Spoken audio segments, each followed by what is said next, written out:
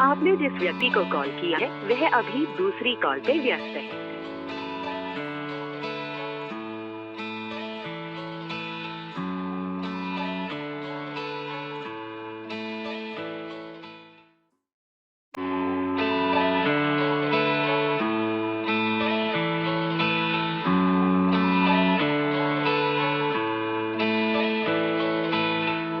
Balings no kumbapi gan na jam jonga